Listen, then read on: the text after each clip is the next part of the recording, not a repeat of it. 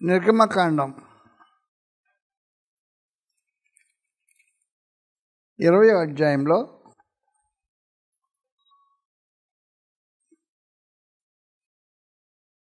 దేవుడు ఇశ్రాయేలుతో ఇలా సెలవిచ్చారు. 7వ వచనంలో, నీ దేవుడైన యెహోవా నామమును వ్యర్థముగా నుచ్చరింపకూడదు. యెహోవా నామమును వ్యర్థముగా ఉచ్చరించు వారిని నిర్దోషిగా ఎంచడు. దేవుని నామము పరిశుద్ధమైన నామం. కీర్తనలో 111వ కీర్తన 111వ కీర్తనలో 9వ వచనంలో రాబడింది, ఆయన తన ప్రజలకు విమోచన కలుగుచేయవాడు. తన నిబంధన ఆయన నిత్యముగా నిర్ణయించేవాడు. ఆయన నామము పరిశుద్ధమైనది, పూజింపదగినది. కాబట్టి దేవుని నామము వ్యర్థంగా ఉచ్చరించితే అతడు నిర్దోషి కాడు. కాబట్టి దేవుని నామము బహుగా గౌరవించబడేది. ఇశ్రాయేలు మధ్యలో ఆయన నామం గౌరవించబడేది. పైగా ఆయన నామము పూజనీయమైంది, పరిశుద్ధమైంది. 138వ కీర్తనలో ఏం చెప్పాడు అంటే 138:2 ఇలా రాబడి ఉంది,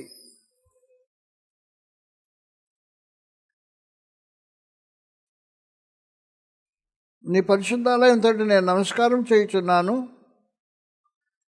నీ నామమంతటి కంటే నీవిచ్చిన వాక్యము నీవు గొప్ప చేసి ఉన్నావు. జాగ్రత్త గుర్తుపెట్టుకోవాలి. ఆయన నామము పరిశుద్ధమైంది, పూజింపదగింది. ఆయన నామాన్ని వ్యర్థంగా ఉచ్చరించకూడదు. వ్యర్థంగా ఉచ్చరించేవాడు నిర్దోషి కాడు. కాబట్టి దేవుని నామం ఎంత గొప్పదో దాంట్లో తేటగా తెలియజేస్తున్నాడు. ఉచ్చరించినా కూడా, వ్యర్థంగా ఉచ్చరించినా కూడా నిర్దోషి కాకపోతే ఆ నామం ఎంత గొప్పదో. ఆ నామాన్ని ఏం చేశాడు అంటే, ఆ నామం కంటే ఆయన వాక్యం గొప్ప చేశాడు. అంటే దేవుని వాక్యము దేవుని నామం కంటే గొప్ప చేయబడింది. దేవుని మాటలు గొప్ప చేయబడ్డాయి. దేవుని వాక్యాన్ని మనుషులు గౌరవించాలి. పరలోకమందున్న దేవుడు తన నామాన్ని గొప్ప చేసినప్పుడు అది పూజనీయమైంది, గొప్ప పరిశుద్ధమైన నామం అని అన్న తర్వాత ఆయన వాక్యం దానికంటే గొప్పదంటే ఇక వాక్యాన్ని మనుషులంతా గౌరవించాలో వేరుగా చెప్పాల్సిన అవసరం లేదు. నిర్గమకాండంలో నిబంధన చేసినప్పుడు, ఇశ్రాయేలుతో నిబంధన చేసినప్పుడు దేవుడు ఇలా తెలియజేసి 19వ అధ్యాయం, నిర్గమకాండం 19వ అధ్యాయంలో దేవుడు ఇశ్రాయేలుతో నిబంధన చేసుకున్న రోజులు ఈ సమాచారం తెలియబడింది. 5వ వచనంలో, కాగా మీరు నా మాట శ్రద్ధగా విని నా నిబంధనను అనుసరించి నడిచిన యెడల మీరు సమస్త దేశజనులలో నాకు స్వకీయ సంపాద్యమగుదురు. సమస్త భూమి నాదే కదా. మీరు నాకు యాజకరూపమైన రాజ్యముగాను పరిశుద్ధమైన జన్మగా ఉందరని చెప్పమని చెప్పాడు. నువ్వు ఇశ్రాయేలుతో పలుకోవలసిన మాటలు ఇవే అని చెప్పగా ఒక సమాచారం. అందువలన పరమదేవుడు ఏం చేశాడు అంటే, ఆయన వాక్యం నా మాట శ్రద్ధగా వినాలి అనేసాడు. శ్రద్ధగా విని నిబంధన అనుసరించి నడిస్తే 2 కండిషన్లు జరిగితే సమస్త దేశ జనుల్లో మీరు నాకు స్వకీయ సంపాద్యం అవుతారు అని ఇశ్రాయేలుకు తేటగా తెలియజేశాడు. కాబట్టి దేవుడు ఇశ్రాయేలుకి అనుగ్రహించిన ఆయన గొప్ప నామం, ఆయన నామం కంటే ఆయన వాక్యాన్ని గొప్ప చేసి ఆ మాట శ్రద్ధగా వినాలని కోరుకుంటున్నాడు. దేవుడు తన వాక్యానికి గౌరవం కోరుతున్నాడు. దేవుని వాక్యాన్ని మనుషులు గౌరవించాలి. ఎంతగా గౌరవించాలి అంటే ఆయన మాట్లాడిన తర్వాత దానికి సర్దుబాటు ఉండదు. పరిస్థితుల్లో పరమదేవుడు మనుషులతో మాట్లాడుతుంటాడు. గ్రంథం ఇలా తెలియజేస్తుంది. లేవియకాండంలో 16వ అధ్యాయం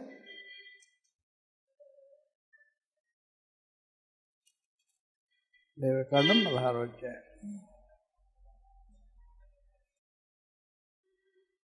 12వ వచనం నుండి ఇలా రాబడింది. యెహోవా సన్నిధిన్న బలిపీఠం మీద నుండి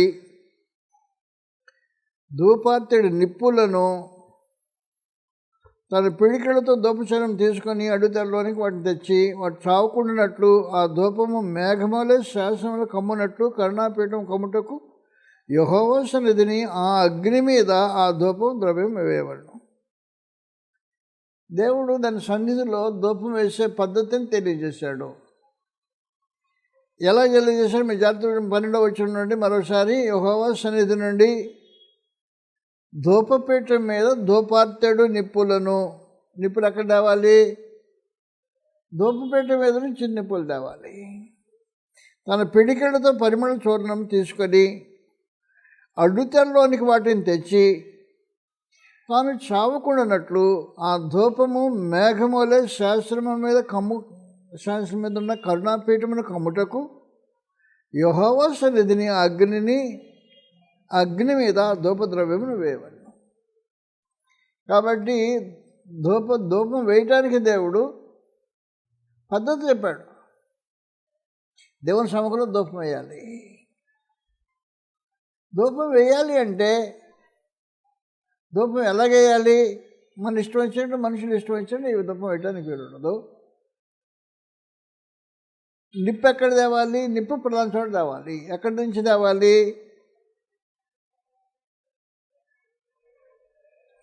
చూడు ఎక్కడి నుంచి తేవాలో.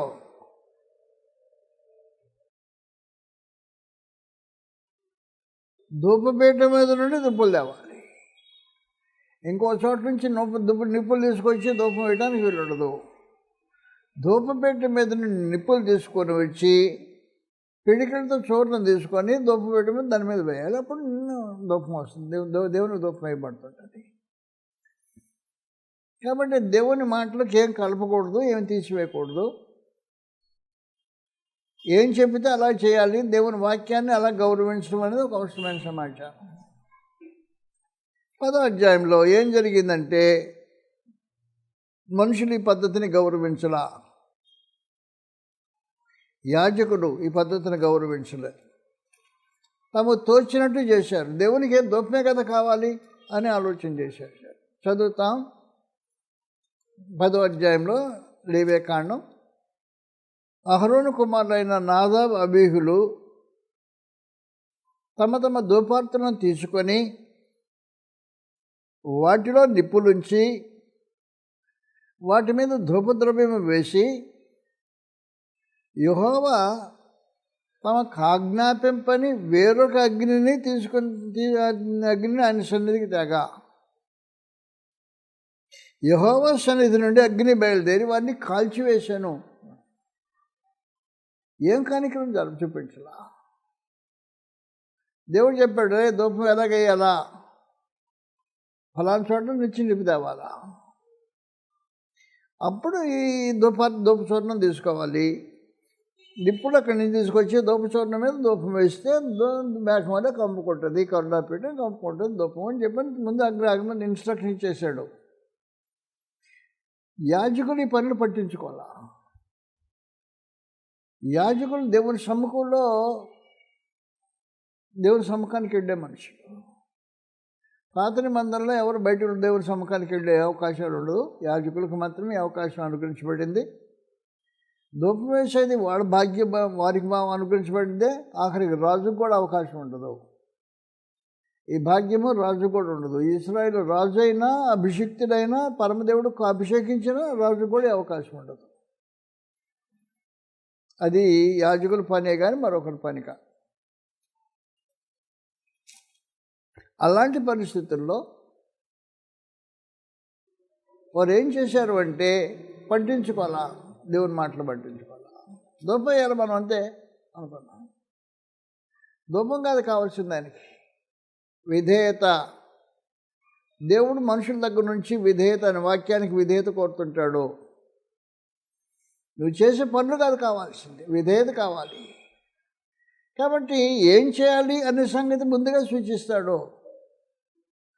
కాబట్టి ఏం చేయాలి అంటే నాకు ధూపం వేయాలా అని సరే. ధూపం వేసినప్పుడు వేసేటప్పుడు ధూపార్తి నిప్పులు అక్కడే ధూపపేట నుంచి తీసుకురావాలా.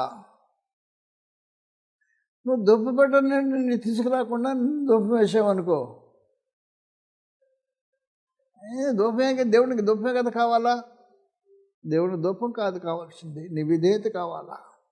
నా మాట నేను నా నామం కంటే గొప్ప చేశాను. దేవుని వాక్యము ఆయన నామం కంటే గొప్పగా చేయబడింది.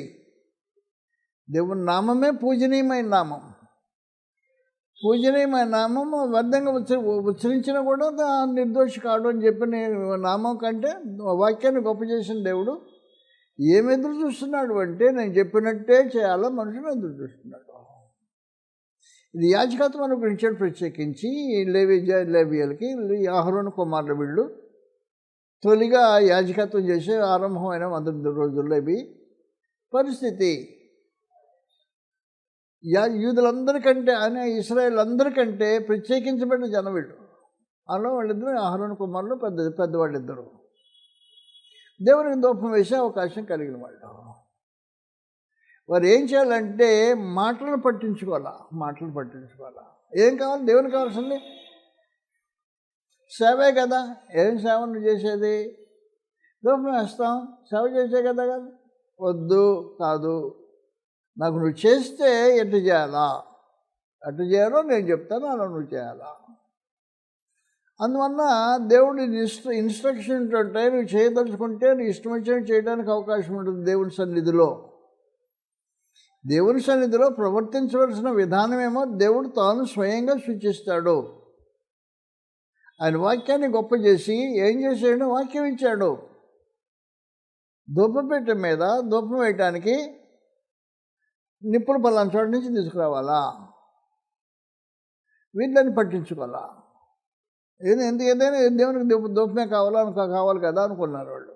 అహరోను కుమారులైన నాదాబు అబీహులు తమ ధూపార్తులను తీసుకొని వాటిలో నిప్పులుంచి వాటి మీద ధూపద్రవ్యం వేసి యెహోవా తమకు ఆజ్ఞాపింపని వేరొక అగ్నిని తీసుకొని రాక. ఏ అగ్ని అయితే ధూపం వేయటానికి కాదు, యెహోవా ఆజ్ఞాపించిన అగ్ని మాత్రమే ధూపం వేయడానికి యోగ్యమైంది. కాబట్టి మీరు యెహోవా ఆజ్ఞాపింపని వేరొక అగ్ని తీసుకొచ్చారు. పర్లేదు, ఏముంది, అగ్నే కదా కావాల్సిన ధూపం వేయటానికి కాదు. అందువల్ల దేవుడు ఎవరు అంటే ఆయన నామాన్ని వ్యర్థంగా ఉచ్చరించితే నిర్దోషించడు. ఆయన నామం పరిశుద్ధమైంది, పూజనీయమైంది. ఈ నామం కంటే ఆయన వాక్యాన్ని గొప్ప చేశాడు. వాక్యాన్ని గౌరవించాలి అన్నాడు. వాక్యాన్ని నా మాట శ్రద్ధగా విని నా నిబంధన అనుసరించితే అని చెప్పేశాడు. కాబట్టి ఆయన మాట విని శ్రద్ధగా దాన్ని అనుకుంటాడు. ఏం చెప్పాడో దాన్ని వినాలా, ఏం చేయమన్నాడో అది చేయాలా. కానీ వీరు అది పట్టించుకోవాలా. వాళ్ళు ఏమనుకున్నారంటే దేవునికి కావాల్సింది ధూపమే కదా అని మన డ్యూటీ ధూపం వేయటం. కాబట్టి ధూపం వేసి మన డ్యూటీలో దేవునికి ధూపం వేయాలా, పద అన్నదమ్ములు ఇద్దరు బయలుదేరారు.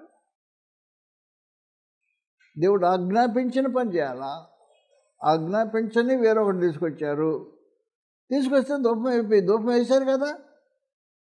యెహోవా సన్నిధి నుండి అగ్ని బయలుదేరి వారిని కాల్చివేశాను అని చెప్పేశాడు. ఏం తప్పు జరిగింది? ధూపం వేయలేదా? వేశారు కదా. దేవుని సేవ జరగలేదా? జరిగింది కదా. సేవ జరిగింది, ధూపం వేయటం కాదు నాకు కావాల్సింది. నా మాటకు విధేయత కావాలి అంతే సమాచారం. నేనేం చెప్పానో దానికి విధేయత చూపించడం నేను ఎదురు చూసిన విశేషమైన. దేవుడు ఎప్పుడైనా తన మాటకు విధేయత కోరుకుంటాడు. సంఖ్యాకాండంలో 4వ అధ్యాయం, సంఖ్యాకాండం 4వ అధ్యాయంలో గ్రంథం ఇలాగా రాబడింది. 15వ వచనం చదువుతాం. 4వ అధ్యాయం 15వ వచనంలో, దండు ప్రయాణమైనప్పుడు అహరోనును అతని కుమారులను పరిశుద్ధ స్థలం యొక్క ఉపకరణములంటిని కప్పుట ముగించిన తర్వాత కహాతీయులు దాన్ని మోయరావలెను. అయితే వారు చావకుండినట్లు పరిశుద్ధమైన దాన్ని ముట్టకూడదు. ఇది సమాచారం. చావకుండేటట్టు పరిశుద్ధమైన దాన్ని ముట్టకూడదు. మోసేది వాళ్ళే, కానీ పరిశుద్ధమైన దాన్ని ముట్టకుండా మోయాల్సిన కార్యక్రమం. 2వ సమూయేలు 6వ అధ్యాయంలో ఏం జరిగిందంటే, తర్వాత దావీదు ఇశ్రాయేలుతో 30,000 మంది శూరులను సమకూర్చుకొని బయలుదేరి కెరూబుల మధ్య నివసించు సైన్యములకు అధిపతి యెహోవా నామము పెట్టబడిన దేవుని మందసం అచ్చటి నుండి తీసుకొని పోవుచుటకై తన ఎదురున్న వారందరితో కూడా యెహూదులో నుండి బయలుదేరిన ప్రయాణమాయను. వారు దేవుని మందసమును కొత్త బండి మీద ఎక్కించి గిబియాలోని అబినాదాబు యొక్క ఇంటిలో నుండి తీసుకొని రాగా అబినాదాబు కుమారులకు ఉజ్జాయును అహ్యోను ఆ బండిని తోలిరి. దేవుని మందసం గల బండి గిబియాలోని అబినాదాబు ఇంట్లో నుండి తీసుకొని రాగా అహ్యో దాని ముందర నడిచెను. దావీదును ఇశ్రాయేలీలందరూ సరళవృక్షపు కర్రతో చేయబడిన నానా విధముల సితాలను, స్వరమండలము, తంబూరలను, మృదంగములను, పెద్ద తాళములను వాయించుచు యెహోవా సన్నిధిని నాట్యం చేయుచుండ్రి. వారు నాకోను కళ్ళమునద్దకు వచ్చినప్పుడు ఎడ్లకు కాలు జారినందున ఉజ్జా చెయ్యి చాపి దేవుని మందసమును పట్టుకొనగా యెహోవా కోపము ఉజ్జా మీద రగులు కొరెను. అతడు చేసిన తప్పును బట్టి ఏం చేశాడు? చేసిన తప్పేంటి? బండి వెళ్తుంది, కళ్ళం వచ్చింది, ఎడ్లు కాలు జారింది. కాలు జారితే బండి మీద ఉన్న పెట్టి మందసం ఆటోమేటిక్గా కింద పడిపోయి పరిస్థితులు దిగజారింది. దిగజారితే మంచి సౌహృదయంతో ప్రక్కన నడిచేవాడు కాబట్టి, బండి ప్రక్కన నడుస్తున్నాడు కాబట్టి, అయ్యో దేవుని మనస్సమే పడిపోతుంది అని చేపట్టాడు. ఏం తప్పు చేశాడు?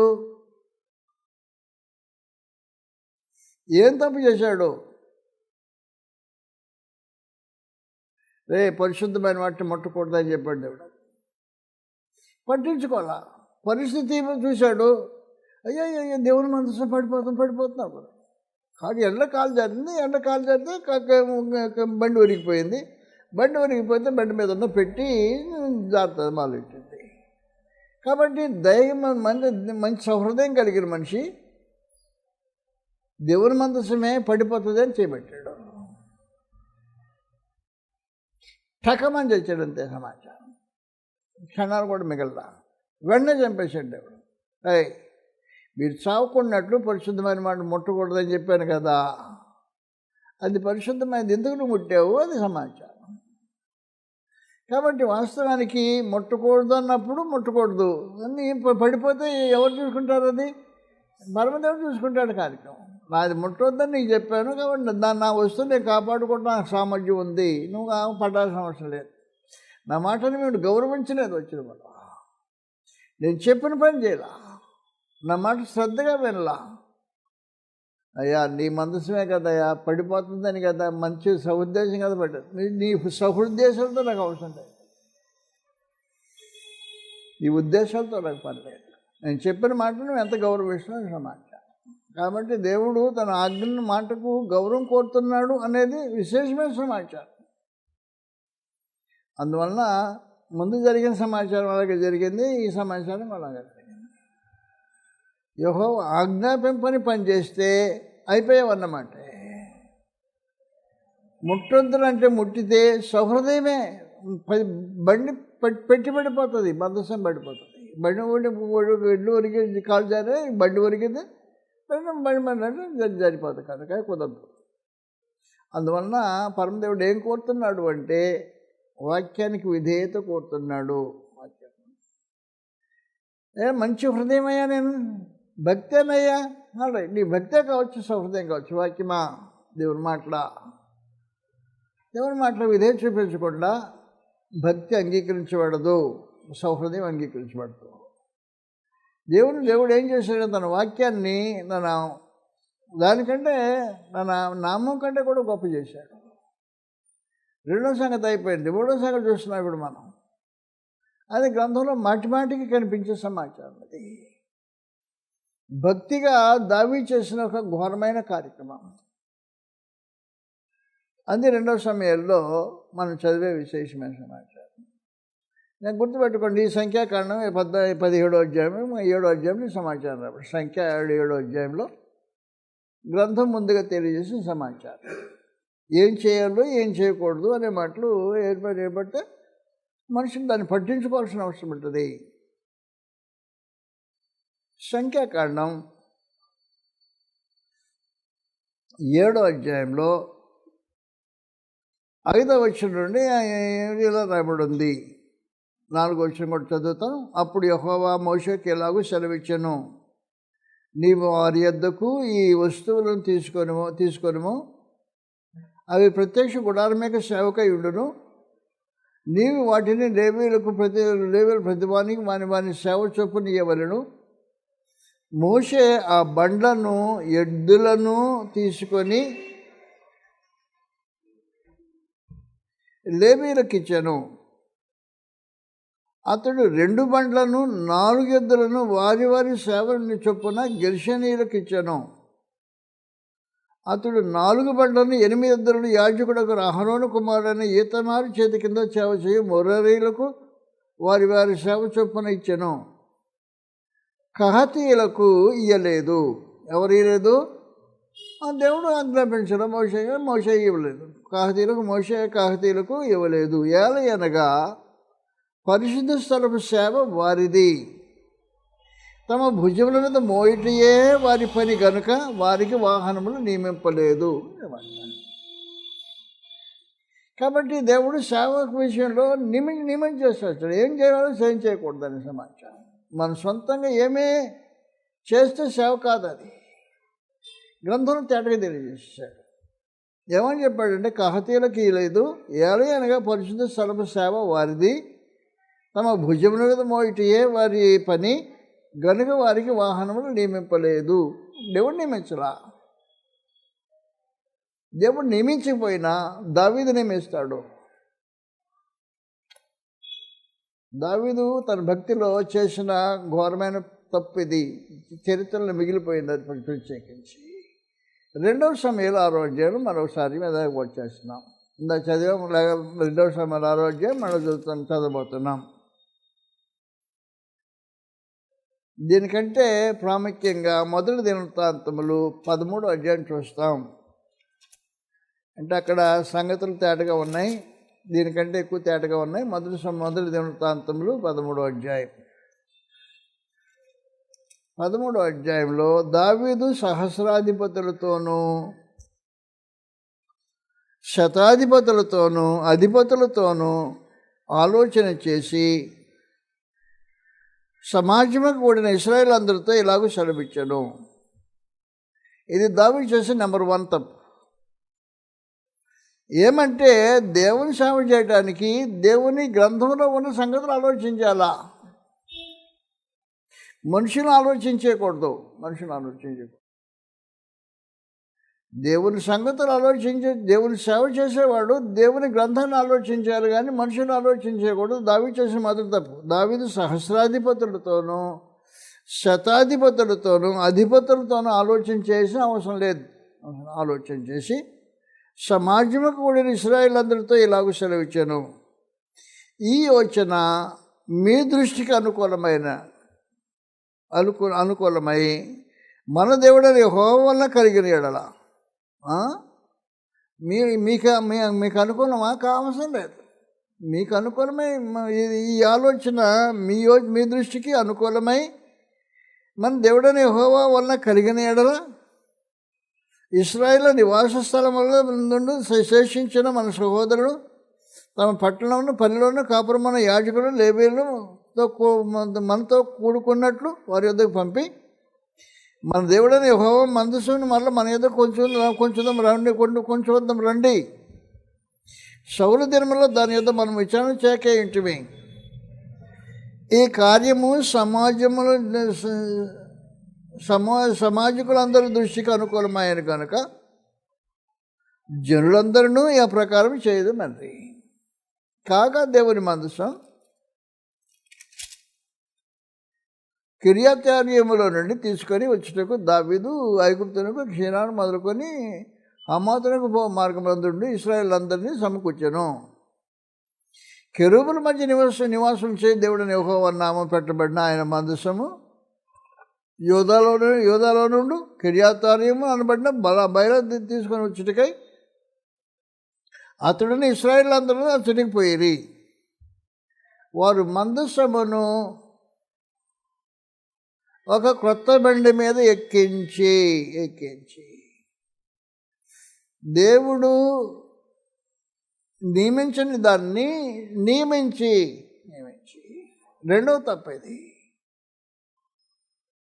మొదట దేవుని సేవ చేయటానికి మనుషుని అడగక్కర్లా, దేవుని గ్రంథాన్ని కన్సల్ట్ చేయాలి, దేవుని కన్సల్ట్ చేయాలి.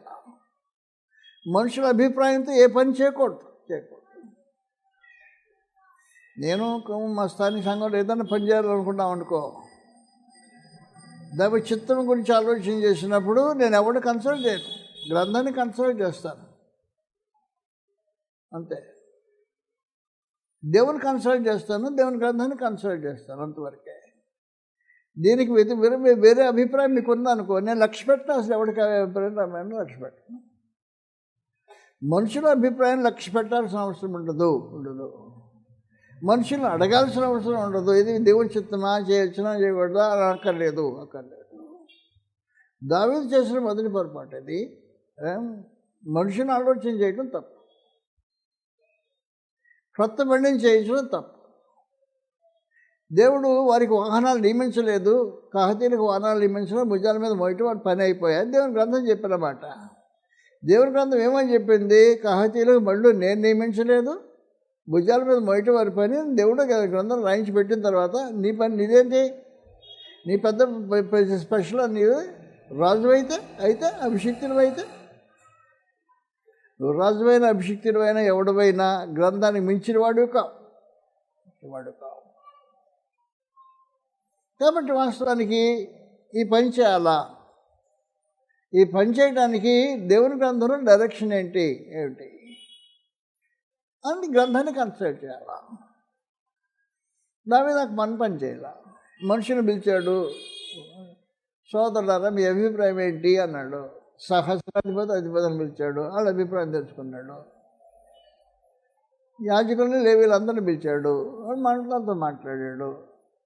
ఎవడైనా ప్రక్క నిలబడి అబ్బాయి ఇది చేయకూడదండి రాజుగారు, ఇలా చేయకూడదండి, గ్రంథాలు ఎలా లేదు అంటానికి రాజుగారు అయిపోయాయి. ఎవడు దమ్ములు, ఆయన రాజు చలామణి కాబట్టి ఇంకెవడు మాట్లాడడానికి లేదు. కాబట్టి ప్రతికులందరూ నోరు పోసుకుని ఉన్నారు. కాబట్టి రాజు ఏం చేశాడంటే గ్రంథంలో అనుమతి లేని కార్యక్రమాలు చేయటం ప్రారంభించాడు. కొత్త బండి చేయించాడు, తన స్టేటస్ తగినట్టుగా కొత్త గిత్తలను తీసుకొచ్చాడు. బండి కట్టాడు, ఈ బండి మీద మందసం పెట్టాడు. మందసం మీద బండి పెట్టవచ్చు, బండి మీద మందసం పెట్టవచ్చునా? పెట్టకూడదు. ఎక్కడ పెట్టాలి? కాహతీలు భుజాల మీద పెట్టాలి. అది దేవుని గ్రంథం చెప్పిన సమాచారం. అందువలన వారు దేవుని మందసమును ఒక క్రొత్త బండి మీద ఎక్కించి అభినాదాబు ఇంటి నుండి తీసుకొని వచ్చిరి. ఉజ్జాయి అహ్యోయును బండిని తోలిరి. దావీదును ఇశ్రాయేలు అందరూ తమ పూర్ణ శక్తితో దేవుని సన్నిధిని పాటలు పాడుచు, సితారాలు, స్వరమండలం, తలంబరలు, తాళములు వాయించుచు బోర్లు ఊదుచుండరి.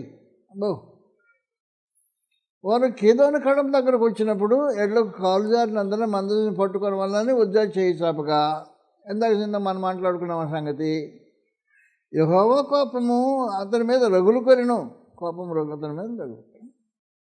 అతడు తన చేయి మందసము నద్దకు చాపగా ఆయన అతడి మొత్తిన గనుక అతడు అక్కడనే దేవుని సన్నిధిని చనిపోయాడు. యెహోవా విజయాన్ని విశ్రాంతి చేయడం చూచి దావీదు వ్యాకుల పడెను. అందుచేత స్థలమునకు నేటి వరకు పెరెజుజ్జా అని పేరు పెట్టాడు. ఆ దినంలో దావీదు దేవుని విషయమై భయముంది. దేవుని మందసం నా యొద్దకు నేను ఎలాగో తీసుకొని పోవద్దని అనుకొని మందసమును తన యొద్దకు దావీదుపురమును తీసుకొని పోక దాన్ని గిత్తీడైన ఒబ్బదేముంది ఇంటిలోని తనకు వచ్చిపోయాను. నీ ఇంట్లో పెట్టుకుంటే నువ్వు నాశనం అవుతావు, ఇంకోటి ఇంట్లో పెడతావా? ఇలాగో జరిగే కార్యక్రమాలు అందువల్ల జాగ్రత్త గుర్తుపెట్టుకోవాల్సిన అవసరం ఉంది. దేవుని గ్రంథాన్ని గౌరవించు, నా మాటలు శ్రద్ధగా విను, ఏం చెప్పానో అది చేయమంటే అది చెయ్యి. అంతేగాని కొత్తగా వాడి అభిప్రాయం వీడి అభిప్రాయం, నీ ఉద్దేశం నా ఉద్దేశం, నాకు తోచింది నాకు మనసుకు వచ్చింది చేసే కార్యక్రమాలను దేవుడు కాదు వాస్తవాన్ని. నా మాట శ్రద్ధగా విని అందువలన దేవుని మాట శ్రద్ధగా వినకపోతే ఎంత భక్తిగా కొంచెం ప్రారంభించినా విఫలం అయిపోయే కార్యక్రమం దావీదు జీవితంలో ప్రతిదాటగా కనబడిన విశేషమైన సమాచారం. అనవసరంగా ప్రాణం పోగొట్టుకున్నాడు. అతను భక్తితోనే చేసాడు కార్యక్రమం, భక్తిహీనుడిగా కార్యక్రమం జరిగించాల. భక్తితో శ్రద్ధగా దేవుని మందసం గౌరవించి పడకూడదని ఉద్దేశించి చేయజెప్పాడు. రకమన్నా ముట్టొద్దన్నా రైట్, నువ్వెందుకు ముట్టావు? అయ్యా నీ మందసం పడుతుందని నేను ముట్టొద్దన్నా కావాలి. అలాగన దేవుని గ్రంథాన్ని గౌరవించడం అనేది చాలా అవసరమైన సమాచారం. ఈ రోజున మనుషులు గ్రంథాన్ని పట్టించుకోవట్లేదు. అసలు గ్రంథంలో ఉన్న దేవుని యొక్క ఆలోచన ఏంటో పట్టించుకోవట్లేదు. దేవుడు తోచినట్టు వాళ్ళు ఎవరు మనసు పురికి పుట్టినట్టు బుద్ధి ఆలోచన చేయడం ప్రారంభించేశారు. దేవుని గ్రంథాన్ని గౌరవించడం అనేది ఒక అవసరమైన సమాచారం. అంతకంటే గొప్ప మహనీయుడు, ఆ పేరు ఉచ్చరించడానికి కూడా నేను పెద్ద యోగ్యుడిని కాదు. మోషే పేరు ఉచ్చరించడానికి కూడా నేను పెద్ద అయోగ్యుడిని కాదు. తన మోషే భక్తికి, మోషే త్యాగానికి, మోషే సమర్పణకి, మోషే జీవితానికి సంబంధించిన వరకు ఆయన పేరెత్తి ఒక తప్పును మోపంత యోగ్యత కలిగిన వాడిని కాదని ముందుగా మనం చేసుకుంటున్నా. కానీ గ్రంథం ఇలా కాదు. దేవుడు ఏం కావాలో చెప్తాడు. ఆయన చెప్పిన దాన్ని మనుషులు అలాగే గౌరవించాల్సిన అవసరం ఉంటుంది.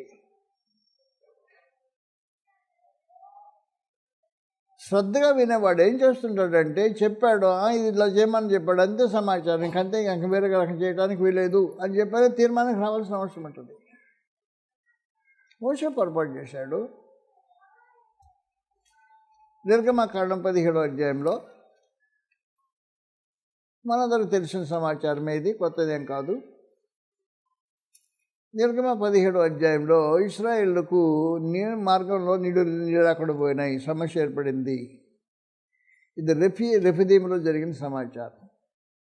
తర్వాత ఇశ్రాయేలు సర్వ సమాజము యెహోవా మాట చొప్పున తమ ప్రయాణంలో సీను అరణ్యము నుండి ప్రయాణమై పోయి రెఫీదీములో దిగిరి. అక్కడ ప్రజలకు త్రాగా నీళ్లు లేనందున మోషేతో వాదించుతూ త్రాగుటకు మాకు నీళ్ళిమ్మని అడగగా మోషే వారితో, మీరు నాతో వాదించలేలా యెహోవా శోధింపనేలా వారితో చెప్పాను. అక్కడ ప్రజలు నీళ్ళు లేక దప్పికొని మోషే మీద సణుగుచు, ఇదంతకు మమ్మను మా పిల్లలు మా పశువులు దప్పిచే చంపుటకు ఐగుప్తు నుండి ఇక్కడికి తీసుకొని వచ్చేసరి. అప్పుడు మోషే యెహోవా పెట్టుచు, ఈ ప్రజలు నేనేమి చేస్తున్నాను, కొంతసేపటి నన్ను రాళ్లతో చంపుతున్నాను, కొట్టి చంపుతున్నాను. అందుకు యెహోవా, నీవు ఇశ్రాయేలు పెద్దలలో నన్ను కొందరిని తీసుకొని ప్రజలకు ముందుగా పోము. నీవు నదిని కొట్టిన నీ కర్రను చేత పట్టుకొని పోము. అదిగో అక్కడ హోరేబులోని బండ మీద నేను నీకు ఎదురుగా నిలిచెదను. నీవు ఆ బండను కొట్టగా ప్రజలకు త్రాగుటకు దానిలో నీళ్లు బయలుదేరని మోషేతో సెలవేయగా మోషే ఇశ్రాయేలు పెద్దల కళ్ళ ఎదుట అట్లు చేశాను. అప్పుడు ఇశ్రాయేల్ చేసిన వాదమును బట్టి యెహోవా ముందు మన మధ్య ఉన్నాడో లేదో అని వారు యెహోవాను శోధించడం బట్టి అతడు ఆ చోటికి మస్సా అనియు మరియమని పేర్లు పెట్టాను. సమాచారం మనకు తెలిసిందే. కాలం గడిచిపోయింది. సంఖ్యాకాండం 20వ అధ్యాయంకి వచ్చాం. సంఖ్యాకాండం 20వ అధ్యాయంలో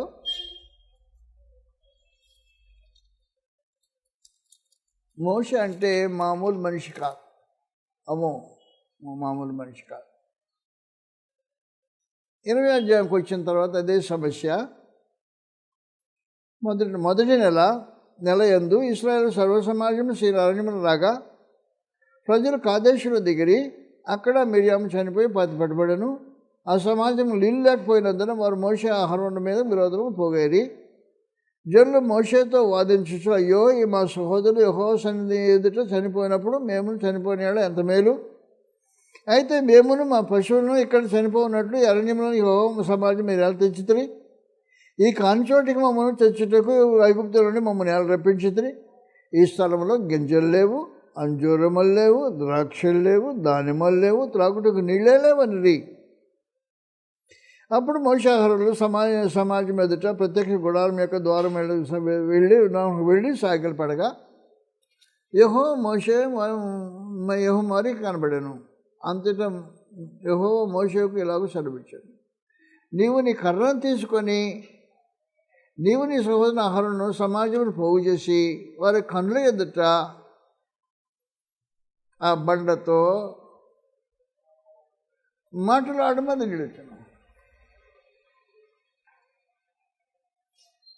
ఇన్స్ట్రక్షన్ సరిగ్గానే విన్నావు కదా, నా మాట శ్రద్ధగా వినాలి. అది కండిషన్ కనిపడతాను. మోషే పాపం ఈ మనుషులు పెట్టే తొందరలో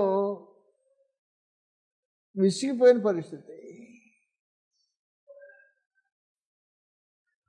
చెప్పినట్టుగా వెళ్ళాడు, బండ దగ్గరికి వెళ్ళిపోయాడు. వారు విసుగుని తట్టుకోలేక ఏం చేశాడంటే ఆ బండతో మాట్లాడేదానికి బదులు కొట్టాడు అన్నమాట. యెహోవా అతనికి ఆజ్ఞాపించాడు, మోషే సన్నిధి నా కర్రను తీసుకొని పోయాను. 9వ వచ్చి 10వ వచ్చి. ఆ తర్వాత మోషే అహరోనులు ఆ బండతో ఎదుటి సమాజం పోగు చేసినప్పుడు వారితో ద్రోహులారా వినండి, మేము ఈ బండ నుండి మీ కొరకు నీళ్ళు రప్పించబడినా అన్నాను. అప్పుడు మోషే తన చెయ్యి ఎత్తి 2 మారులు ఆ కర్రతో బండను కొట్టగా నీళ్ళు సమృద్ధిగా ప్రవహించాను. సమాజం పశువులు తాగాను. అప్పుడు యెహోవా మోషే అహరోనుల మీద, మీరు ఇశ్రాయేలు కన్నుల ఎదుట నా పరిశుద్ధతను సన్మానించినట్లు నన్ను నమ్ముకొనకపోతే కనుక. ఎవరు నమ్మలేదు? నమ్మని వాడు ఎవరు? మోషే దేవుని నమ్మలేదా? అయ్యో, మహనీయుడు మోషే. మీరు నన్ను నమ్ముకోలేదు కనుక పరిశుద్ధం సన్మానించిన నమ్ముకోను. ఏం నమ్మలేదా? నమ్మకపోతే ఇంత సైన్యాన్ని ఎలా నడిపించాడు? ఐగుప్తులకు ఆశ్చర్యకరమైన కార్యములు ఎలా చేశాడు? మనిషి నిలబడితే సముద్రం, నిలబడితే కర్ర చూపెడితే మనిషి కర్రకి సముద్రాన్ని ఆరిపోజేసిన చరిత్రలో ఏకైక పురుషుడు మోషే. అతనితో స్టార్ట్ అయిన వాడు ఎవడు లేడు మానవ జాతిలో. మనిషి నిలబడి కర్ర చాపితే సముద్రము 2 పాయలై మార్గం ఇచ్చింది. ఎంత గొప్పవాడు మోషే. ఆ మోషేతో దేవుడు మాట్లాడుతున్నాడు, మీరు నా పరిశుద్ధతను సన్మానించినట్టు నన్ను నమ్ముకోలేదు అని. మోషే దేవుడు నమ్మలేదా? ఆయన అంటున్నాడు, అది నా పరిశుద్ధతను సన్మానించేటట్టు కాదు. అది నేను నా పరిశుద్ధతను సన్మానించినట్టయితే నేను మాట్లాడేవాడు. ఎంత సమాచారం. విసిగిపోయానండి వీళ్ళు, విసుకోసుకొని చెప్పని చేసి మాట్లాడతాం. అందువలన నీ ఫీలింగ్స్ దేవుని మాటల దగ్గర ఫీలింగ్స్ ఉండకూడదు. నీ ఫీలింగ్స్ ఆబరైపోవాలా. నీ పరిస్థితులు అవన్నీ లయమైపోవాలి, దేవుడు మాటలో నిలబడని ఎదుట. పరిశుద్ధ దేవుడు బండతో మాట్లాడమన్నాడు, మాట్లాడాలి, అంతే సమాచారం. పరిస్థితులు కొట్టి ఏమైంది? నా మాట శ్రద్ధగా వెళ్ళలేదు. నా మనం ఆలకించండి. దానివల్ల వచ్చిన పర్యవసానం మామూలు కాదు. 40 సంవత్సరాలు సిద్ధపాటు ఆ ఉద్యోగానికి, 40 సంవత్సరాలు ఉద్యోగం ఫుల్గా చేసిన మనిషి 40 సంవత్సరాలు ఉద్యోగం చేసిన తర్వాత ఉద్యోగంలో నుంచి డీబార్ చేయబడినవాడు మోషే. క్యాన్సల్ చేసేసాడు, డీబార్ చేసేసాడు. నీవు నదిని దాటకూడదు అనేసాడు. అయ్యా, కాళ్ళు తీరిని ప్రపంచదేశం అన్నారు, కాలు పెడతాను, నువ్వు నదిని దాటకూడదు. అయ్యా, పరిస్థితులు ఏదో పొరపాటు అయిపోయింది, అయ్యా మాట్లాడొద్దు. మళ్ళీ ప్రార్థన చేశాడు, ఈ సంగతిని గురించి ఇక ఎప్పుడు మాట్లాడొద్దు మోషే అని చెప్పాడు. ఏం జరిగింది? నేను మాట్లాడమన్నా నువ్వు కొట్టావు. ఎంత అయినా మొన్న కొట్టమన్నావు కదా అయ్యా, మొన్న కొట్టమన్నాను, ఇప్పుడు కొట్టమన్నా. అందువల్ల జాగ్రత్త గుర్తుపెట్టుకో, మొన్నది తీసుకొచ్చి ఇక్కడ పెట్టవద్దు. ఎప్పటిదప్పుడుకి సంబంధించి కార్యక్రమం. ఆయన దేవుడు విధేయతను కోరుతున్నాడు. అందువలన మనుషులు తమ ఇష్టానుసారంగా ఏదే చేయడానికి అనుమతి లేకుండా ఆజ్ఞ జారీ చేయగలిగిన వాడు దేవుడు. ఆయన ఆజ్ఞ జారీ చేశాడు, రాయబడింది, అయిపోయిందా? అయిపోయింది, ఫినిష్. ఎవడు మార్చడానికి వెళ్ళి. కాబట్టి మార్చజాలని శాసనాన్ని చేయగలిగి అన్ని విషయాలు ఆలోచన చేసేవాడు. అంటే జారీ చేసిన తర్వాత దేవుని మాటలకి ఏమి కలపకూడదు, ఏమీ తీసేయకూడదు. గ్రంథం ఆది నుంచి చెప్పుతున్న సమాచారం అది. ద్వితీయోపదేశకాండం 4వ అధ్యాయం 2వ వచనంలో మొదటి చెప్తున్నాడు ఈయన, నా మాటలకి ఏం కలపొద్దు, ఏమి తీసేయొద్దు. 4వ అధ్యాయం 2వ వచనం ద్వితీయోపదేశకాండం చదవడం ఒకసారి. ద్వితీయోపదేశకాండం 4వ అధ్యాయం 2వ వచనంలో ఏముంది? ఆజ్ఞలను ఆజ్ఞాపిస్తున్నా,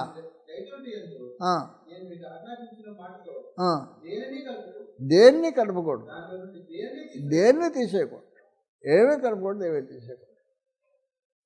12వ అధ్యాయంలో 32వ వచనం, 12:32, నేను మీకు ఆజ్ఞాపించిన ప్రతి మాటను అనుసరించి చేయవలెను, దానిలో నీవు ఏమీ కలపకూడదు,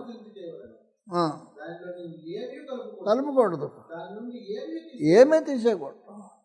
ఆయన దేవుడు. కాబట్టి ఆజ్ఞ జారీ చేసిన తర్వాత విను, అంతవరకే సమాచారం. నువ్వు మోషే కావచ్చు. మోషే దేవుని అపాయింట్మెంట్ సంపాదించినవాడు. దేవుని అపాయింట్మెంట్ అంటే దేవుడిగా అపాయింట్మెంట్ చేసినవాడు మోషే. ఒకటి చరిత్ర ఒకడే. మానవుడు దేవుని అపాయింట్మెంట్ తీసుకున్నవాడు మోషే. దేవుడు స్వయంగా అతనికి అపాయింట్మెంట్ ఇచ్చాడు. నేను నిన్ను ఫరోకు దేవునిగా నియమించాను అన్నాడు. ఆ ఉద్యోగం ఎవరు చేయాల? ఎవడే చేయాల? భూమి మీద పుట్టినవాడు. అంతకంటే గొప్పవాడు ఎవడో తలంచకూడదు వాస్తవాన్ని. 7వ అధ్యాయం నిర్మాకాండంలో నేను ఫరోకు నేను దేవునిగా నియమించానని చెప్పాడు. ఫరోకు దేవుడు. ఐగుప్తులో దేవుడు ఏం పని చేస్తాడో ఆ పని సమస్తం చేత్తో చేసి దేవుడు చేసే పని మోషే స్వయంగా చేసినవాడు.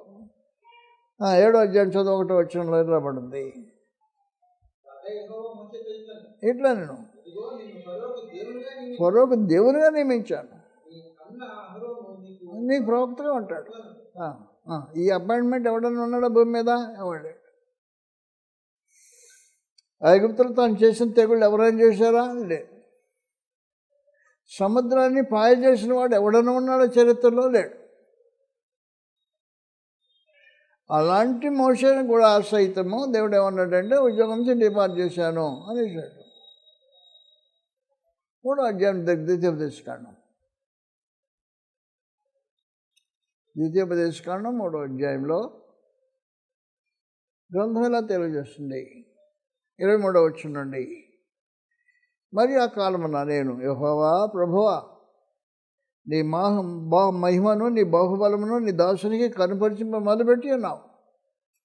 ఆకాశం అందే కానీ భూమి అందే కానీ నీవు చేయి క్రియలు చేయగల దేవుడెవడు? నీవు చూపు పరాక్రమం చూపగల దేవుడెవడు? నేను అద్దరికి వెళ్ళి యోర్దాను అద్దరినున్న ఈ మంచి దేశమును మంచి మన్యమును ఆ లెబనోనును చూచినట్లు దయచేయమని నేను యెహోవాను బ్రతిమాలు కనుక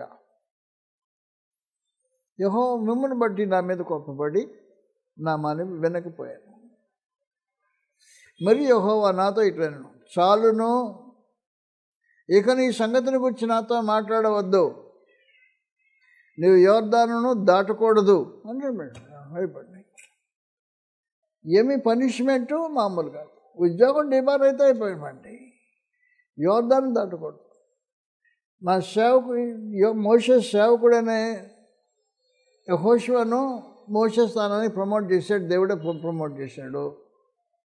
మోషే ఏం కోరుకుంటున్నాడంటే, సరే నా సేవకుని ఆధ్వర్యంలోనైనా నేను నదిని దాటడానికి పర్మిషన్, నదిని దాటడానికి లేదు అన్నాడు.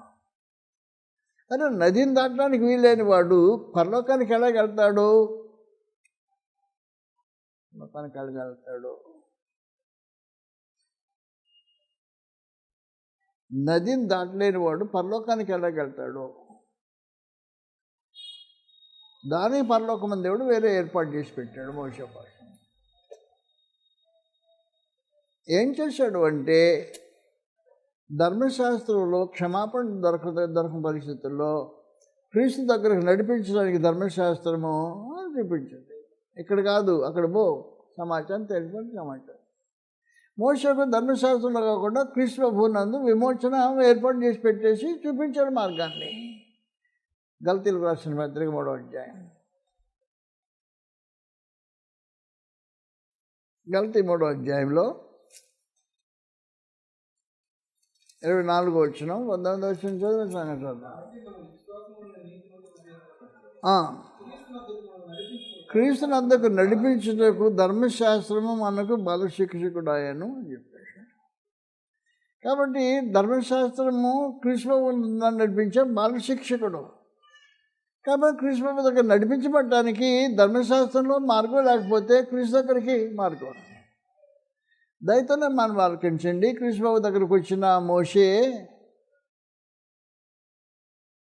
అయ్యా మా విమోచన గురించి మాట్లాడటం జరిగింది. లూకా సువార్తలో 9వ అధ్యాయం క్రీస్తు దగ్గరికి మోషే వచ్చి వారి విమోచన గురించిన సమాచారం మాట్లాడటం జరిగింది. గ్రంథం రాబడింది 9వ అధ్యాయం. మోషే అహరోను ఏలియాలు ఇద్దరు కలిసి ప్రభువా యేసు దగ్గరికి వస్తారు. రూపాంతరం కొండ దగ్గరికి వచ్చి వారు ఏకాంగా వచ్చిన తర్వాత వాళ్ళు చేసిన కార్యక్రమం ఇది. 9వ అధ్యాయంలో 28వ వచనం నుండి ఇలా రాబడింది. ఈ మాటలు చెప్పి మొదలుకొని రమారమ్మ 8 దినములైన తర్వాత ఆయన పేతురును యోహానును యాకోబును వెంట పెట్టుకొని ప్రార్థన చేయుటకు ఒక కొండ ఎక్కాను. ఆయన ప్రార్థించుండగా ఆయన ముఖరూపం మారెను. ఆయన వస్త్రములు తెల్లనివై దగదగ మెరిశాను. మరియు 2 పురుషులు ఆయనతో మాట్లాడుచుండరి. ఎవరి 2 పురుషులు? వారు మోషే ఏలియా అనువారు. వారు మహిమలో అగపడి ఆయన యెరూషలేములో నెరవేర్చబోవు నిర్గమమును గురించి మాట్లాడుచుండరి. యెరూషలేములో నెరవేర్చబోయే ఆ మహా గొప్ప యాగాన్ని గురించి మాట్లాడడానికి వచ్చారు.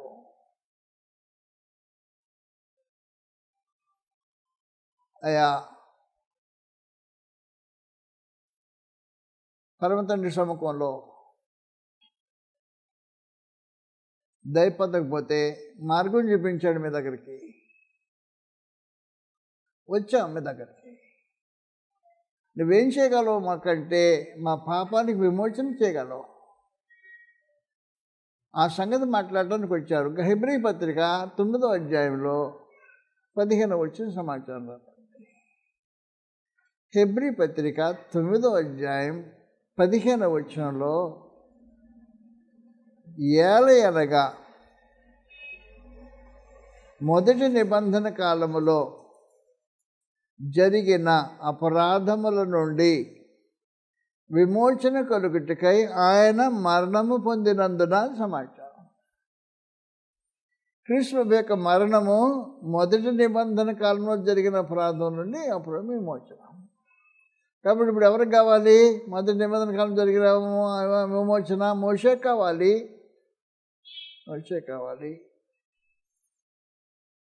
తండ్రి సముఖంలో అడిగితే లేదు మాట్లాడొద్దు, దీని గురించి నాతో మాట్లాడొద్దన్న ఫైల్ క్లోజ్ చేశాను అన్నాడు. ఫైల్ క్లోజ్ చేసి ఉంటే మోషేకి ఇక మీదట పరలోకం దొరికేదా?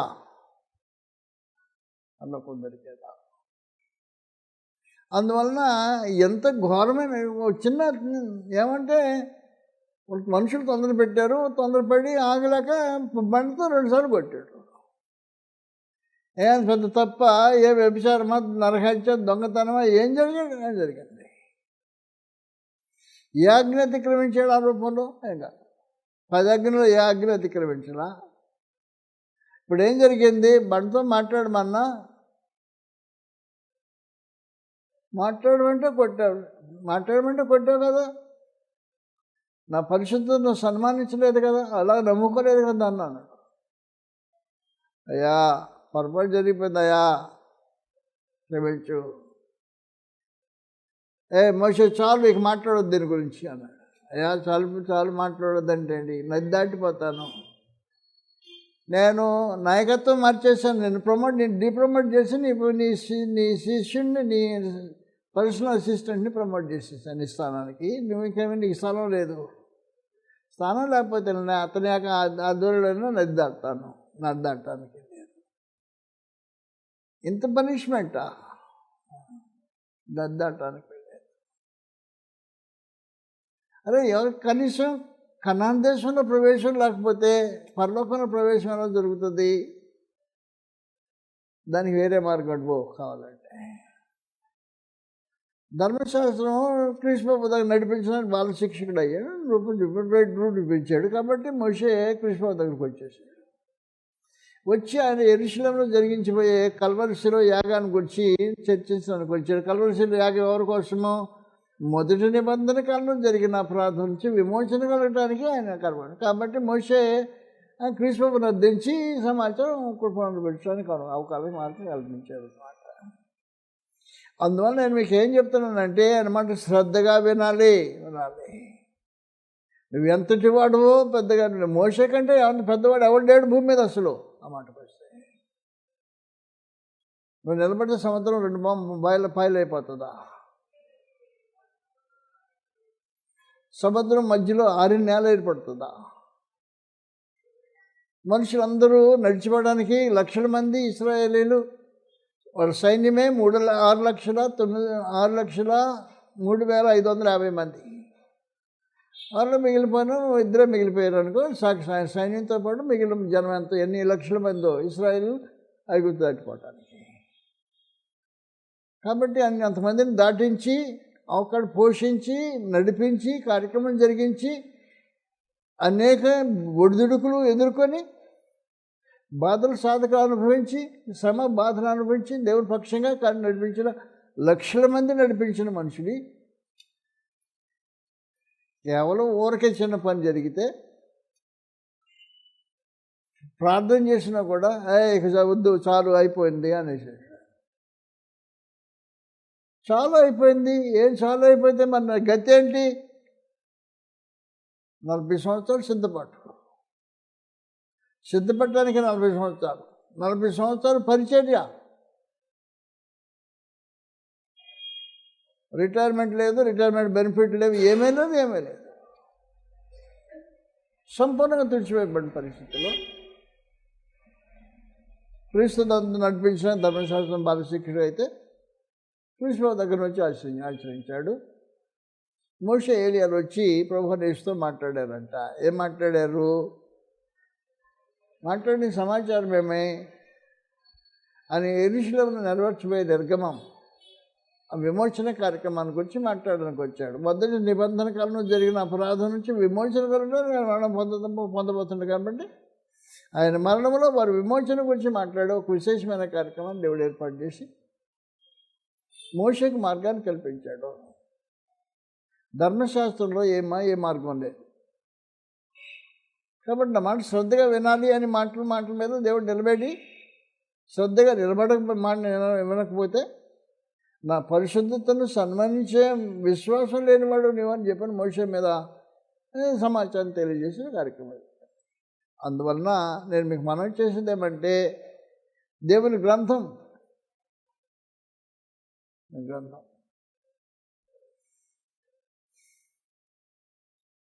ఆయన మాట ఒకసారి మాట్లాడిన తర్వాత దానికి ఇంకా వెనక ముందులు ఉండవు.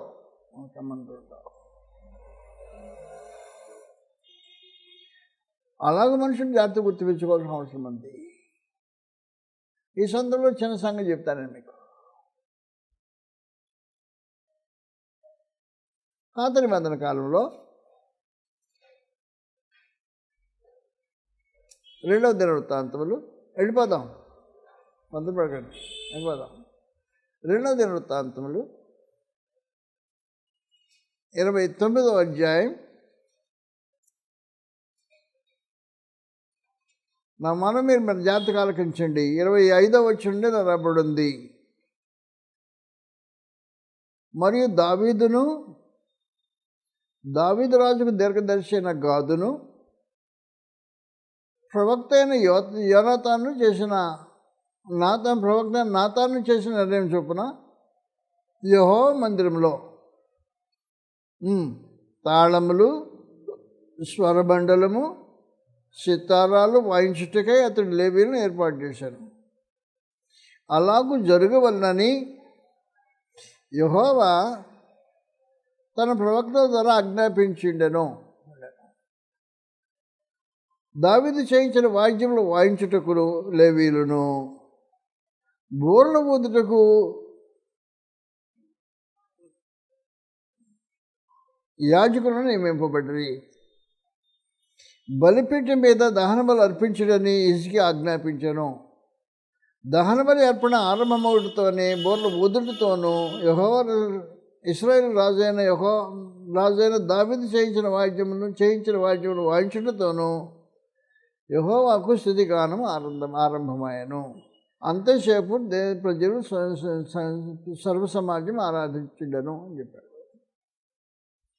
కాబట్టి పాత నిబంధన ఆరాధనల విధానం అని చెప్పాడు. కొత్త నిబంధనలో ఏం చెప్పాడు అంటే మోషే మొదట కొట్టమన్నాడు, తర్వాత మాట్లాడమన్నాడు అన్నట్టు పాత నిబంధనలో వాద్యాలు వాయించడానికి సంపూర్ణంగా ఆయన ఆజ్ఞాపించి పర్మిషన్ ఇచ్చి పంపించేశాడు. కొత్త నిబంధనకు వచ్చేటప్పటికి ఏం చేశాడంటే మాట్లాడు అన్నట్టు మోషేకు అన్నట్టు ఇప్పుడు ఏం చెప్పాడు అంటే స్తుతి యాగం చేయండి. వాద్యాలు లేవు దీంట్లో. 13వ అధ్యాయము 14వ వచనం నుండి నిలువరమైన పట్టణం ఎక్కడ లేదు, ఉండబోయే దానికోసం నేను ఎదురు చూస్తున్నాం.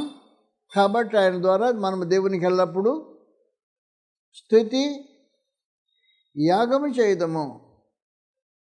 స్తుతి యాగం చేయడం అంటే ఏం చేయాలి అనగా ఆయన నామం ఒప్పుకొనుచు జీవహోమం అర్పించము. వాద్యాలు అయ్యే ఇంతమంది కొట్టమన్నావు కదా, ఇప్పుడు కొడితే ఏమొచ్చింది అన్నట్లుంటుంది పరిస్థితి. గ్రంథం చదవడం చేత కాకపోతే వచ్చే గొడవ ఇది. ఇంతమంది కొట్టమన్నావు కదా, ఇప్పుడు కొడితే ఏమొచ్చింది అని మోషే అన్నట్టు వాదించినట్టు ఉంటుంది పరిస్థితి మనుషులు ఇప్పుడు రోజు గ్రంథం చదువుకునే మనుషులు. అందువల్ల గ్రంథంలో ఏం చెప్పాడు అంటే ఆయన ద్వారా దేవునికి వెళ్ళినప్పుడు స్తుతియాగం చేయదము. అలాగే స్తుతియాగం చేయదము అనగా ఆయన నామం ఒప్పుకొనుచు జీవఫలం అర్పిద్దాము అంటే నాలుగుతో స్తుతిగానం చేద్దాము అని చెప్పేశాడు. మరి వాయిద్యాలు అయ్యా, ఇంతకుముందు కొట్టమన్నావు కదా, ఇప్పుడు కొట్టొద్దా అంటే,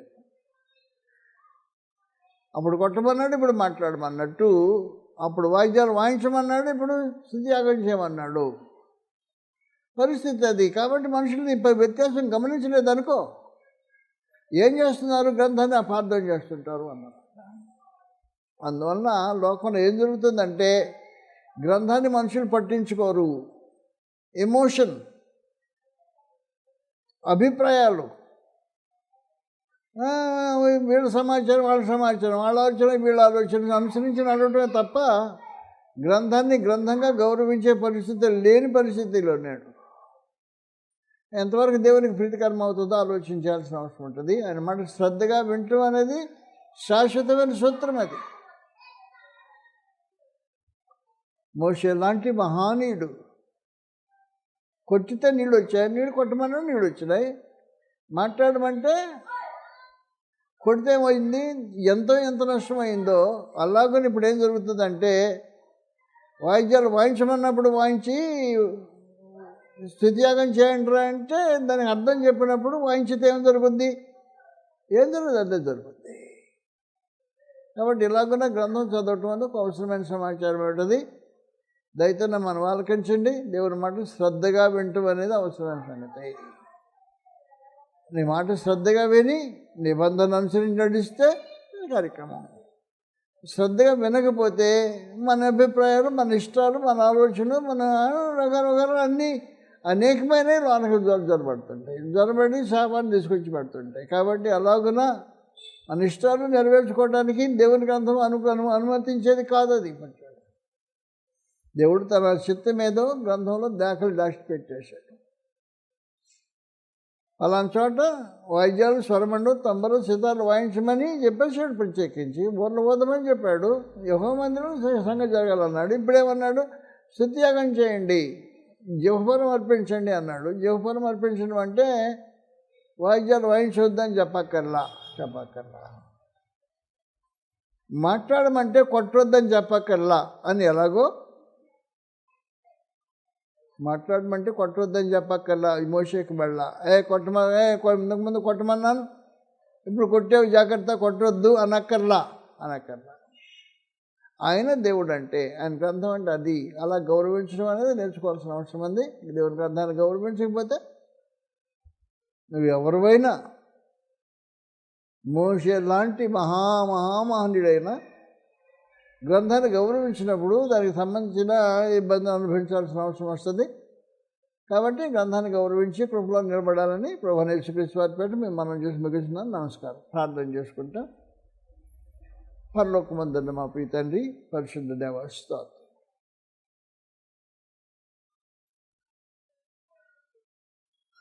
మీరెవరో మేము ఊహించలేము నాయన. మహాకాశాలు సైతం మిమ్మల్ని పట్టుజాలు.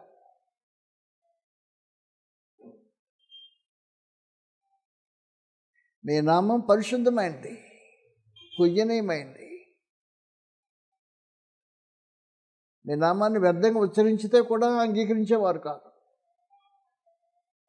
అయితే మీ నామం అంతటికంటే కూడా మీ వాక్యాన్ని గొప్ప చేసి, వాక్యాన్ని గౌరవించినప్పుడు మనుషులకు ఏం చేసి జరిగిందో మీ గ్రంథంలో దాఖలు చేసి పెట్టిన తండ్రి మీ స్తోత్రం. మీ మాట శ్రద్ధగా వినాల్సిన అవసరం ఉంది.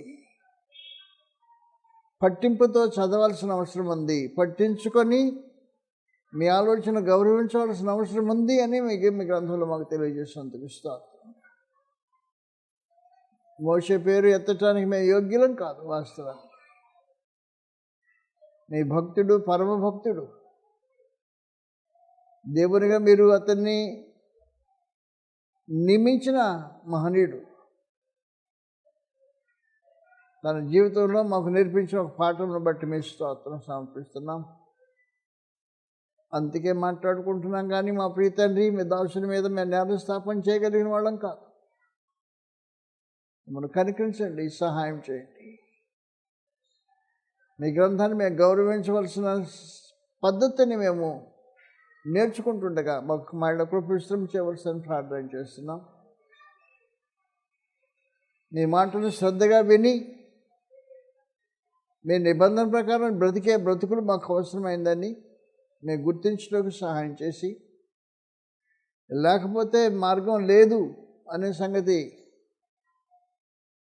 మీ గ్రంథం ద్వారా మాకు తెలుసుకుంటుండగా కృపవిశ్రమ చేయవలసిందని, మా విధేయతల దయతో మన్నించవలసిందని, విధేయులమైన పిల్లగా బ్రతుకుటకు నేర్పించవలసిందని, మనుషుల అభిప్రాయాలతో కూడా మీరు లక్ష్య పెట్టవారని, అభిప్రాయాలు కాకుండా మీ లేఖనాలతో రాయబడిన వాటిని మేము గౌరవించి కనపరిచి సత్యవాక్యాన్ని సరిగా విభజించి మీ మార్గంలో నిల్చుండగా మాకు కావాల్సిన కృపను విశ్రమ చేయవలసిందని, మీరు అనుగ్రహించిన సమయాన్ని బట్టి కృపను బట్టి స్తోత్రం సమర్పిస్తూ మా ప్రభువైన యేసుక్రీస్తు వారి నామములో మా ప్రార్థన మీకు సమర్పించుకుంటున్నాం. మా ప్రియ పరలోకపు తండ్రి, ఆమేన్.